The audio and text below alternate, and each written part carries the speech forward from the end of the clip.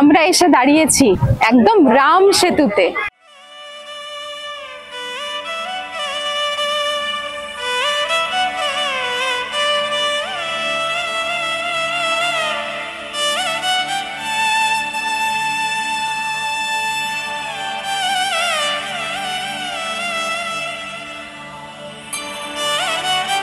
আজকে 24শে জানুয়ারি সকাল 7টা সাড়ে 7টা বাজে। ঠিক আজ থেকে 2 বছর আগে এই দিনে আমার আর প্রিয়াঙ্কার শুভ পরিণয় সম্পন্ন হয়েছিল আর কি। এই দিনেই আমরা আজকে শেষ করছি আমাদের জ্যোতির্লিঙ্গ তথা চারধাম যাত্রা। নমস্কার, আমি প্রিয়াঙ্কা, আর ক্যামেরার পেছনে রয়েছে ঋষভ, আর আপনাদের সবাইকে স্বাগত জানাই আমাদের ইউটিউব চ্যানেল। আমরা দুজন এখন দাঁড়িয়েছি ভারতের বিখ্যাত তীর্থক্ষেত্র রামেশ্বরমে। আজকের ভিডিওতে থাকবে রামেশ্বরমে এসে আপনারা কি কি দেখবেন। শুধু তাই নয়, আগের দিন তোমাদের দেখিয়েছিলাম তিরুচিরাপল্লী। সেখান থেকে মাদুরাইয়ের মীনাক্ষী মন্দির হয়ে কি করে আমরা পৌঁছলাম রামেশ্বরমে, তাও সব বিস্তারে থাকছে এই ভিডিওতে। সবার আগে দেখে নেওয়া যাক আমরা এই রামেশ্বরমে পৌঁছলাম কিভাবে। এখন আমরা তিরুচিরাপল্লীতে ছিলাম 2 দিন, তারপরে এখন সকাল সকাল ট্রেন ধরছি। মানে আকাশ এখনো কমলা হয়ে আছে, সোনালি আকাশ হয়ে আছে আর কি। যাই হোক, আমরা রওনা দিচ্ছি কোথায়?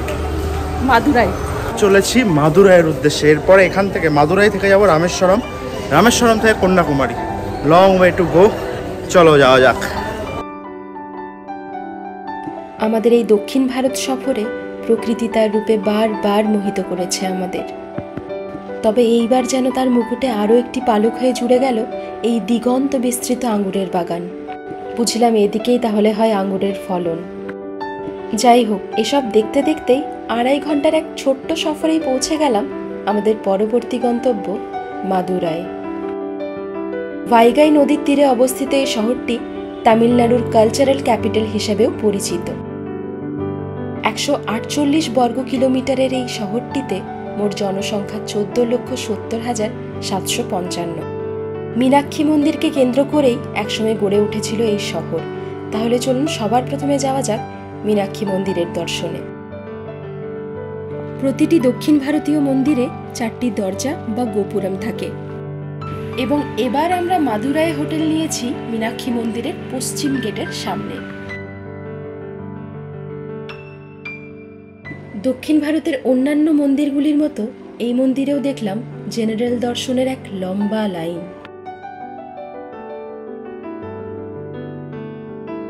লাইনে দাঁড়িয়ে থাকতে থাকতে চলুন জেনে নেওয়া যাক মন্দিরের ব্যাপারে কিছু তথ্য।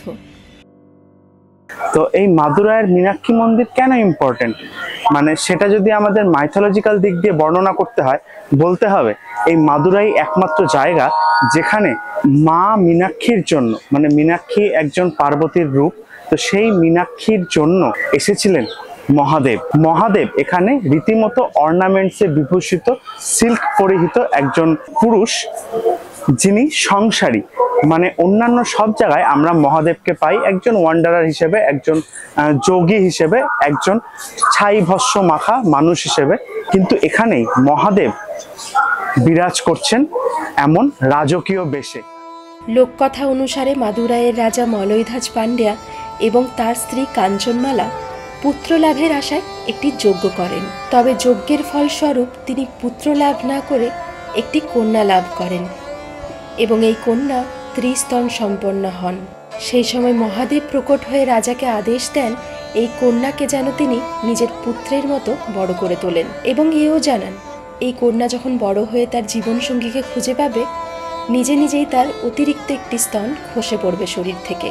মহাদেবের আদেশ মতো রাজা তার কন্যাকে বড় করে তোলেন।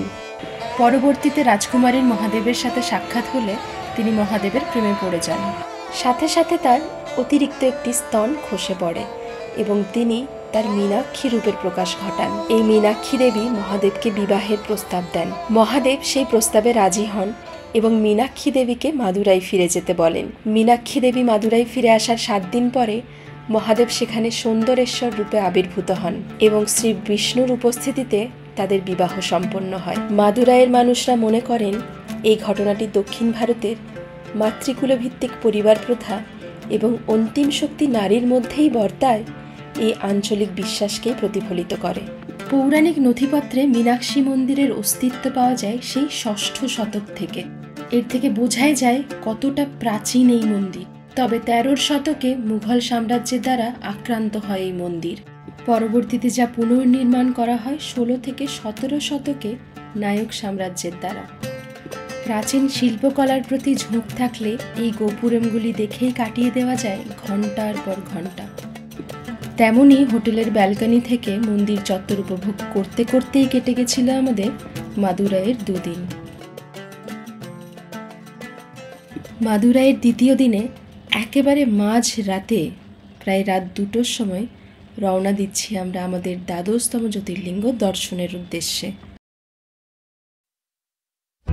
সেই রাত ২:৩০টায় ট্রেন ধরে মোটামুটি ৪টের মধ্যে আমরা পৌঁছে গেলাম রামেশ্বরমের আগের স্টেশন রামনাথপুরম।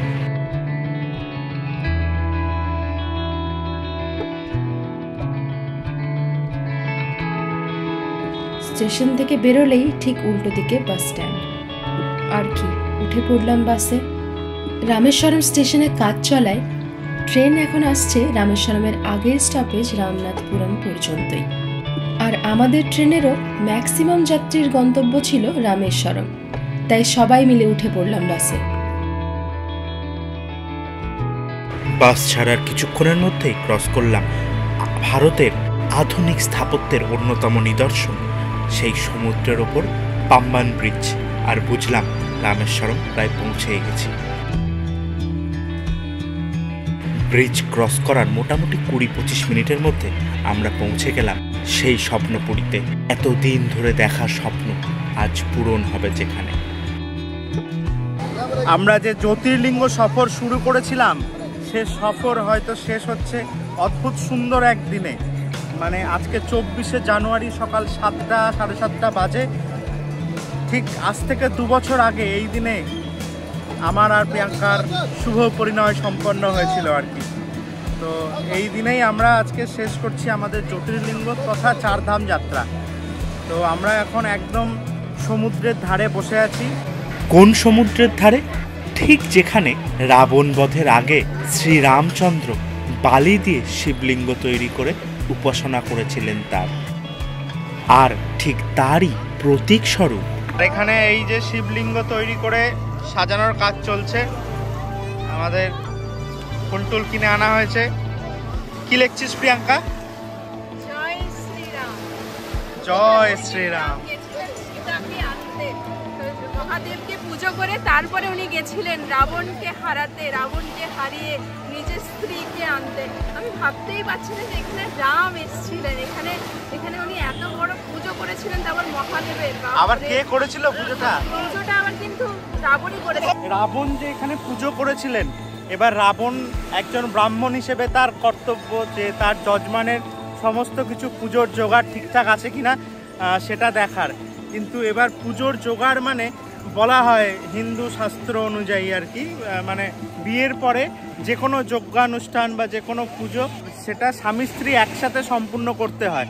কিন্তু রামের কাছে তো তার স্ত্রী ছিল না, স্ত্রী ছিল শ্রীলঙ্কায়, মানে লঙ্কায় রাবণের কাছে। এবার কেমন একটা অদ্ভুত ব্যাপার, রাবণ জানে যে এখানে পুজোটা কেন হচ্ছে, মানে রাবণ সেই পুজোর কনসিকুয়েন্সেসও জানে, তাও পুজোটা যাতে স্বয়ং সম্পূর্ণ হয় সেই জন্য রাবণ পুজো করতে আসার সময় সীতাকে এনেছিলেন। সীতা এখানে রামের সাথে একসাথে বসে পুজো করেছিলেন, যে পুজোর পৌরোহিত্য করেছিলেন রাবণ। আর এই সব ছোট ছোট জিনিসগুলো থেকে জানা যায়, শেখা যায় রেসপন্সিবিলিটি। কোনো কিছুর রেসপন্সিবিলিটি নেওয়া মানে তাকে কিভাবে পূরণ করতে হয়। রাবণ জানা সত্ত্বেও তার মৃত্যুর প্রার্থনা করে এই পুজো, তা জানা সত্ত্বেও পুজো স্বয়ংসম্পূর্ণ যাতে হয়, যার রেসপন্সিবিলিটি তাকে দেওয়া হয়েছে, সেই জন্য সীতাকে এনেছিলেন। মানে দিস ইজ ইনক্রেডিবল। আমাদের আজকের এই একটা শুভ দিনে আমাদের 2 বছর সম্পূর্ণ হচ্ছে এবং সাথে 12টা জ্যোতির্লিঙ্গ এবং 4 ধাম সম্পূর্ণ হচ্ছে। এমন একটা দিনে আমি এবং প্রিয়াঙ্কা দুজনে মিলে এটাই প্রার্থনা করি যাতে এই যে আমাদের এত রিচ একটা কালচার, এই মহাকাব্যগুলো, এই যে গীতা, কোরআন, উপনিষদ, বেদ, বেদান্ত, এই সব জিনিসগুলো যেন একে একে আমরা অল্প অল্প করে আত্মস্থ করতে পারি এবং আমাদের এই যে বাকি জীবনটা পড়ে আছে যেন এই যে এসওপিগুলো, স্ট্যান্ডার্ড অপারেটিং প্রসিডিওরগুলো আমাদের দেহের, আমাদের মনের, সেটাকে যেন ঠিকঠাক মেনটেন করতে পারি, চলার পথের পাথেয় করে তুলতে পারি। রামেশ্বরমের যে শিবলিঙ্গ তা দেখার একটা প্রসিডিওর আছে, একটা নিয়ম আছে। মানে এখানে এসে আগে সমুদ্রে স্নান করে, যেটাকে অগ্নিতীর্থম বলে, সেই অগ্নিতীর্থে স্নান করে তারপরে মন্দিরের ভেতরে 22টি কুণ্ড আছে, মানে 22টি কি বলে কুয়া, মানে ওয়েল, 22টি, তা আবার কি ফ্রেশ ওয়াটারের, মিষ্টি জলের ওয়েল আছে এত সমুদ্রের এত কাছে। তো সেখানে মানে 22টা ওয়েলের জল মাথায় দিয়ে তারপরে করতে হয় মহাদেবকে দর্শন। সমুদ্রে স্নান করতে গিয়ে অদ্ভুত একটা জিনিস লক্ষ্য করলাম। আমাদের ওদিককার দীঘাপুরীর সমুদ্রের মতো কিন্তু এখানে অতটা ঢেউ দেখা যাচ্ছে না।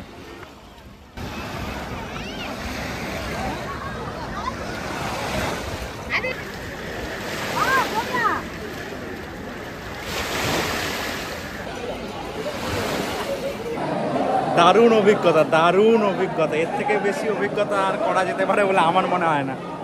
কি বলছিস? দারুণ দারুণ দারুণ। লাস্ট কুণ্ড বেঁচে আছে 22 নম্বর, 22টা কুণ্ডের 22টা ঘোর জল মাথা ঢালতে হচ্ছে। দারুণ দারুণ, প্রত্যেকটা তীর্থ হয়ে যাচ্ছে, এখানে আসলে সব তীর্থ কমপ্লিট হয়ে যাবে আর কি।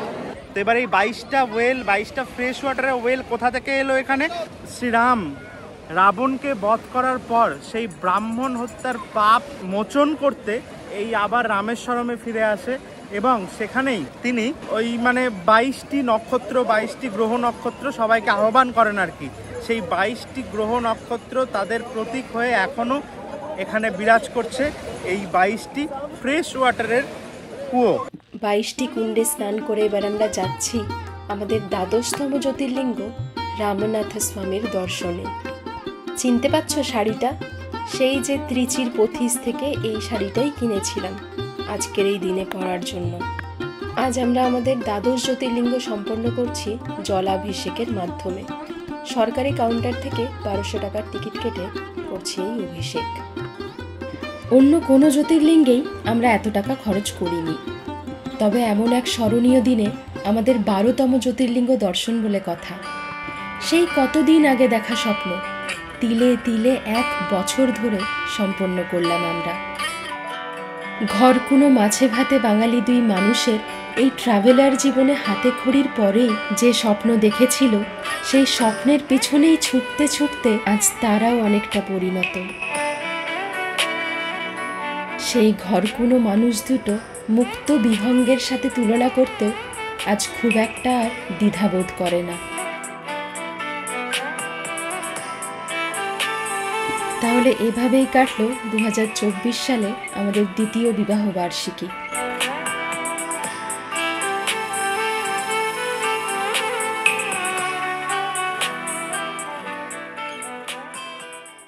রামেশ্বরমের নতুন একটি সকালে আপনাদের স্বাগত। রুম থেকে এই ছিল আমাদের ভিউ। দরজা খুলে বেরোতেই কিসের জানি একটা আওয়াজ শুনতে পেলাম, তাই চটপট হোটেল থেকে মন্দিরের দিকে রওনা দিলাম।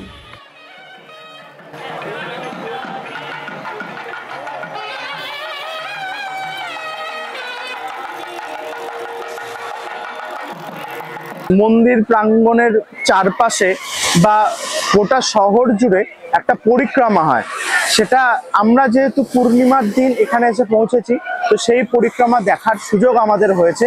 চলো টুকটুক করে কয়েকটা ক্লিপের মাধ্যমে সেই যে ভেতরের মহাদেব এবং তার সাথে পার্বতী এবং তার সাথে এখানকার আরো অন্যান্য যে মূর্তিগুলো আছে, যেমন আইয়াপ্পা, মুরুগান, সবাই মিলে একটা শোভাযাত্রার মতো বার করে, এবং তার যে শোভাযাত্রা লিড করেন এই হাতি মহারাজ। তো চলো দেখে নিই সুন্দর করে ছোট ছোট ক্লিপের মাধ্যমে এই এখানকার এই বিখ্যাত শোভাযাত্রা, যা আমাদের দেখার সুযোগ হয়েছে।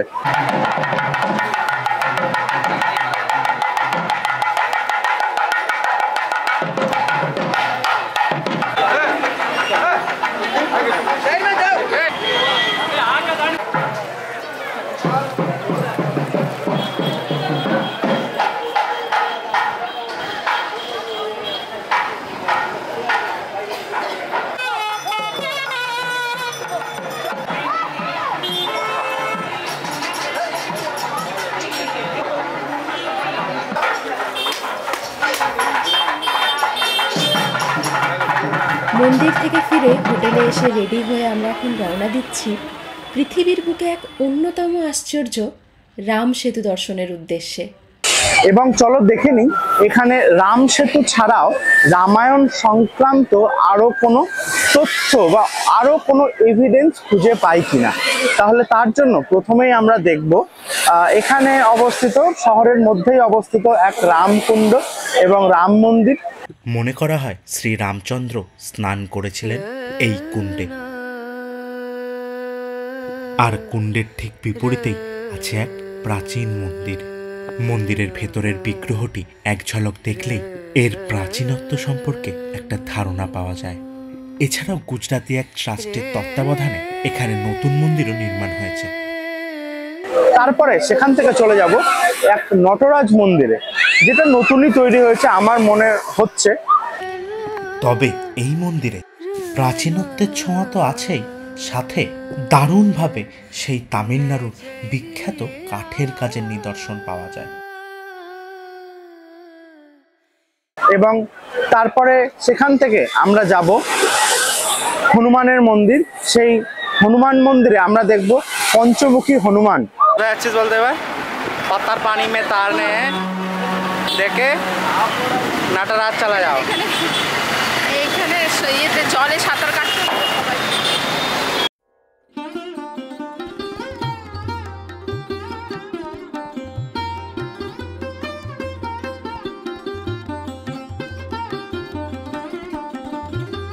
হনুমান মন্দিরে আমরা শুধু এই হনুমান বিগ্রহর ছবি তুলতে পারলেও এর পাশে একটা ডেডিকেটেড ঘর আছে রাম সেতুর যে পাথরগুলো, সেই পাথরগুলো স্টোর করার জন্য। এখানে প্রচুর রাম সেতুর পাথর রাখা আছে এবং এখানে বেশ কিছু পাথর আমরা ভাসতেও দেখলাম এবং পাথরগুলোর এক অদ্ভুত টেক্সচার আছে বলে আমার মনে হলো। পরবর্তী জায়গাগুলোতে গিয়ে যদি আরো কোথাও এই রাম সেতুর পাথর দেখতে পাই বা ছবি তোলার সুযোগ থাকে আমাদের, অবশ্যই তোমাদের দেখাবো। কেন জানি না মনে হচ্ছিল একটা একটা নির্দিষ্ট টাইপের কোরাল এই রাম সেতুর পাথরগুলো। চেষ্টা করবো আমরা কোথাও যদি এই রাম সেতুর পাথরের ছবি তুলতে পারি। যাই হোক, চলো এবারে এইসব ছেড়ে আমরা যাব ধনুষকোটি, মানে রাম সেতুর উদ্দেশ্যে, এবং পথে পড়বে বিভীষণ মন্দির।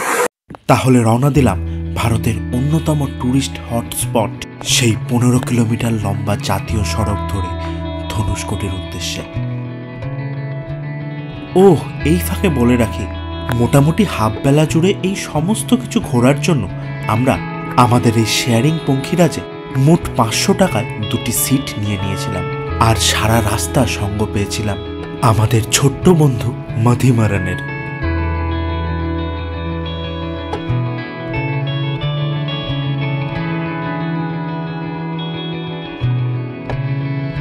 এই লম্বা হাইওয়ে দিয়ে চলতে চলতে পথেই পড়বে বিভীষণ মন্দির, কিন্তু আমরা এখানে ঢুঁ মারব ফেরার পথে।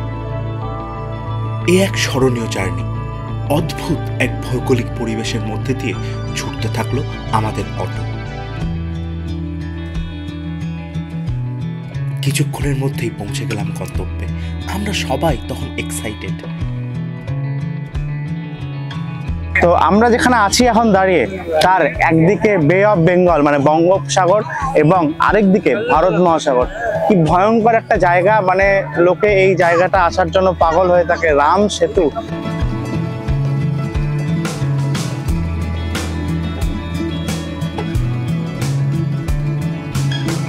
সেই জায়গা যেখান থেকে শুরু হয়েছিল লঙ্কা জয়ের উদ্দেশ্যে মার্চ।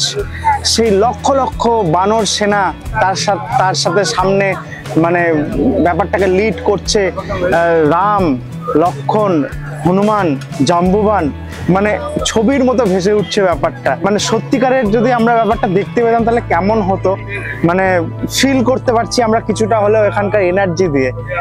ভয়ঙ্কর সুন্দর একটা সোজা রাস্তা দিয়ে এলাম আমরা রামেশ্বরম থেকে ধনুষকোটি, নিয়ার অ্যাবাউট 25 কিলোমিটার।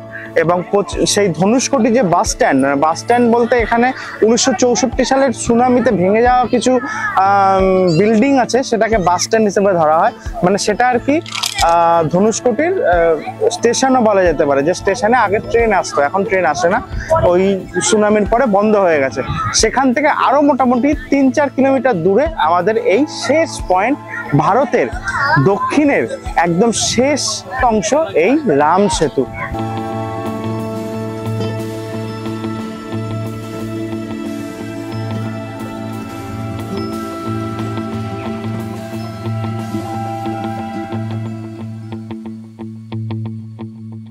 এখান থেকে দেখা যাচ্ছে কিছু কিছু চরের মতো জায়গা উঠে আছে, এবং আমি ম্যাপে দেখলাম, তোমরা ভিডিওতে যে অংশটা দেখতে পাচ্ছ, ম্যাপে দেখো এখানেই এই জায়গাটাকে রাম সেতু হিসেবে ডিনোট করা হয়েছে। এবং এখানে ছোট ছোট দ্বীপ দেখতে পাচ্ছ, যেগুলো আসলে দ্বীপ না, চরের মতো অংশ। এবং আমি মনে করি বা বলা যায় এইগুলোই সেই রাম সেতুর অংশ, যা এখনো কিছু কিছু বেঁচে আছে। এবং এখানেই পাওয়া যায় সেই সব ফ্লোটিং স্টোন, মানে শ্রীরামের নাম লিখে দিলে যে পাথরগুলো ভেসে গেছিল সেই রাম সেতু বানানোর সময়, সেই সব স্টোনের কিছু অংশ এখনো পাওয়া যায়। আমি তো ভাবতেই পারছি না এখান দিয়ে কখনো রাম হেঁটে গেছেন। আমরা ভারতের একদম শেষ প্রান্তে পৌঁছে গেছি, এরপরেই কিন্তু শুরু হচ্ছে শ্রীলঙ্কা। এখান থেকে আর কত কিলোমিটার? 18 কিলোমিটার। মাত্র 18 কিলোমিটার দূরে শ্রীলঙ্কা। এবং এখানে সেই টেলিস্কোপ নিয়ে বসে আছে আর কি। টেলিস্কোপ থেকে এই যে আমাদের এদিকে যেমন দেখতে পাচ্ছ, এই একটা মনুমেন্ট টাইপের করা আছে, শ্রীলঙ্কার দিকেও ঠিক সেম ভাবে এরকম একটা মনুমেন্ট করা আছে। তো এখান থেকে সেই টেলিস্কোপের মাধ্যমে সেই মনুমেন্ট দেখা যাচ্ছে। শুধু আমার মনে হচ্ছে চারিদিকে দলে দলে বানর সেনা, তার মাঝখানে আমরা ক্যামেরা নিয়ে ঘুরে বেড়াচ্ছি। মানে বানর সেনাগুলো ইনভিজিবল হয়ে আছে। আমি যদি ভাবি, আপনারা যদি এখানে যে ভাবেন, পুরো ফিল করতে পারবেন যে হ্যাঁ, এত এত বানর সেনা জয় শ্রীরাম করছে। মানে তারা পুরো একদম যুদ্ধের জন্য প্রস্তুতি নিচ্ছে। ব্রিজও তৈরি প্রায় কমপ্লিট আর কি, সেতু তৈরি প্রায় কমপ্লিট। এবার যাবে রাম। ও বাবা, মানে ভাবলেই কেমন লাগছে। মানে আষাঢ়ে গপ্প অনেকেই বলবে, কিন্তু সত্যি মানে এটা যদি ভাবা যায় ঠিক করে, মানে অন্য একটা লেভেলে পৌঁছে যাওয়া যাচ্ছে। মানে আই উইশ টাইম মেশিন থাকতো, আমরা পাস্টে ফিরে যেতে পারতাম। আমি খালি ভাবছি এখানে সেই যুগ চলছে, সেই সত্য যুগ, তার মধ্যে আমরা কলি যুগ থেকে ক্যামেরা নিয়ে দাঁড়িয়েছি। মানে কেমন ব্যাপারটা ভেবেই আমার পুরো এক্সাইটমেন্ট লাগছে। যাই হোক, দারুণ একটা জিনিস এক্সপিরিয়েন্স করলাম আমরা দুজনে। তবে রাম সেতুতে এসেও আমরা কিন্তু এখনও ফ্লোটিং পাথরের দেখা পাইনি, তাই মনটা একটু খুঁতখুত করছিল। যাই হোক, আমরা রাম সেতু দেখলাম, তারপর রাম সেতু থেকে ওই মোটামুটি কত কিলোমিটার, 4-5 কিলোমিটার আবার এদিকে ফিরে যাচ্ছে।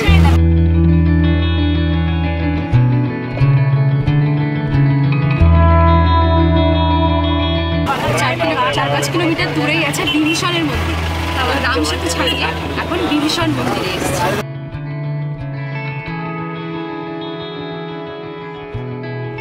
আমরা এখন দাঁড়িয়ে আছি বিভীষণ মন্দিরে। রাম সেতু দেখার পরে এসেছিলাম বিভীষণ মন্দিরে। তো এই জায়গার মাহাত্ম্যটা কি, শ্রীরাম রাবণকে যখন পরাজিত করলেন, তখন লঙ্কার দায়িত্ব তো কারো কাঁধে দিতে হবে। তখন বিভীষণ শ্রীরামকে বলেছিলেন যে আপনি এবার এই রাজ্যপাটটা সামলান।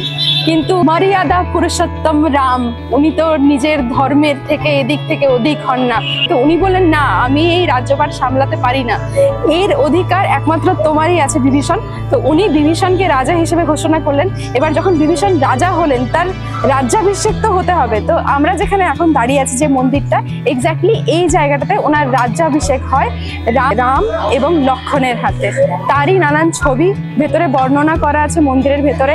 এবং বিভীষণ যে আসলেন নিজের 4 জন সেনাকে নিয়ে আকাশ পথে, বানর সেনা তাকে অ্যাটাক করতে চেয়েছিলেন, কিন্তু হনুমান বলেছিলেন না, ওনাকে রামের কাছে নিয়ে চলো। রাম বললেন, যিনি নিজে আত্মসমর্পণ করছেন, আমার দায়িত্ব তাকে স্বীকার করা, তাকে এইভাবে তোমরা আক্রমণ করো না। তারপরে উনি শ্রীরামের সাথে যুক্ত হলেন। তো এই যে পুরো ঘটনাটা, এই পুরো ঘটনাটাই ভেতরে ছবি এঁকে নিচে এক্সপ্লেন করে দেওয়া আছে। আর মাহাত্ম্য তো বললাম, এই জায়গার মাহাত্ম্য যে এখানে বিভীষণের রাজ্যাভিষেক হয়েছিল। তো বিভীষণকে আমরা জানি ঘর শত্রু বিভীষণ হিসেবে। মানে বিভীষণ মানেই সে ঘর শত্রু, কাউকে গালাগালি দিতে হলে বিভীষণ হিসেবে গালাগালি দিই আমরা। তো এই বিভীষণকে আমরা বিভীষণের মন্দিরে কেন আসবো? রামায়ণ যে মহাকাব্য, যেখানে বিভীষণের কাছ থেকে আমরা কি শিখতে পারি, যে ওনার একটা মন্দির সেখানে আমরা তাকে প্রণাম করছি, যেখানে তাকেই আবার গালাগালি হিসেবে ইউজ করছি। তো আমার এই ছোট্ট মস্তিষ্কে আমার এইটুকুই মনে হয়, হয়তো বিভীষণ এমন একটা চরিত্র যে ধর্মের পথে চলবে বলে, মানে ঠিক পথে চলবে বলে নিজের সব থেকে কাছের মানুষ, নিজের রক্তের সম্পর্কের ভাইয়ের সাথেও ঝগড়া করতে, ঝামেলা করতে পিছপা হয়নি। তো এই জিনিসটাই শেখা যায়, সব সময় ধর্মের পথে চলো, বা ধর্মের পথে বলতে মানে হিন্দুত্ববাদী ইসলামিক হিস্ট্রি সেই সব না, ধর্মের পথে বলতে সঠিক পথে চলো। প্রধানমন্ত্রী মহাশয় তিনি এখানেও এসেছিলেন, এখানে বেশ কিছুক্ষণ পুজো আর্চা করে এখান থেকে জল সংগ্রহ করে নিয়ে যান রাম মন্দিরের প্রতিষ্ঠা উপলক্ষে। তো এই ছিল মোটামুটি সংক্ষেপে আমাদের বিভীষণ মন্দির ভ্রমণ। মন্দির থেকে বেরিয়ে যাওয়ার সময় সমুদ্রের ধারে হঠাৎ একটা জটলা দেখে এগিয়ে গেলাম, আর একটু কাছে যেতেই শুনতে পেলাম সেই প্যার কি ভাই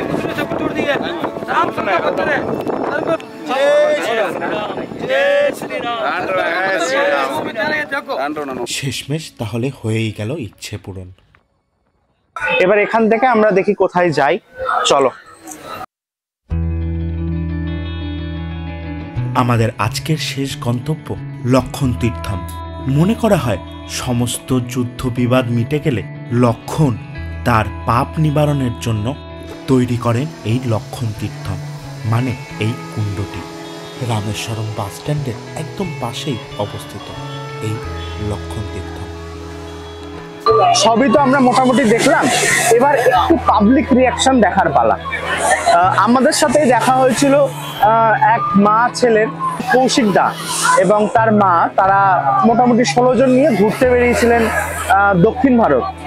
চলুন একটু দেখে নিই যে তাদের কেমন লেগেছে এই রামেশ্বরম একজন বাঙালি টুরিস্ট হিসেবে বা একজন বাঙালি পর্যটক হিসেবে। এই যে মহাদেব যখন যার সাথে চাইবে তার সাথেই দেখা করাবে। মাদুরাই এনাদের সাথে আমাদের প্রথম দেখা, তারপরে রাস্তা দিয়ে যাচ্ছি, হঠাৎ করে উনি দেখাতে নেই যে আবার দেখা, রামেশ্বরমে আবার ওনাদের সাথে দেখা। তো আপনাদেরকে প্রথমে জিজ্ঞেস করবো, আপনারা কোথা থেকে এসেছেন একবার বলুন। আমরা কলকাতা থেকে এসেছি। কলকাতা থেকে এসেছি। এবার বলুন, আপনারা শেয়ার করুন এই এক্সপিরিয়েন্স কেমন লাগছে পুরো সাউথ ইন্ডিয়া। খুব ভালো লাগলো সাউথ ইন্ডিয়া এসে। প্রথমে আসলাম মাইসোরে, তারপরে মাইসোর দেখে কালকে কন্যাকুমারী দেখেছি, ভীষণ ভালো। কন্যাকুমারীকার কোনো তুলনা হয় না। তারপরে কেরালা ঘুরলাম, কেরালার থেকে রামেশ্বরম আসলাম, ভীষণ ভালো লেগেছে, ভীষণ দর্শন ভালো। আচ্ছা, এখানে কি করলেন একটু আপনি বলুন। আজকে সকালে এসে প্রথমে সমুদ্রে স্নান করলাম, স্নান করে তারপরে 22 কুণ্ড জল আছে এখানে, 22 জায়গায় 22 কুণ্ডর জল নিয়ে স্নান করলাম, করে তারপরে দর্শন করলাম। দর্শনের লাইনে প্রায় 2 ঘন্টা 3 ঘন্টা লেগে গেল। কিন্তু মন ভরলো কিনা দর্শন? মন ভীষণ ভরে গেল।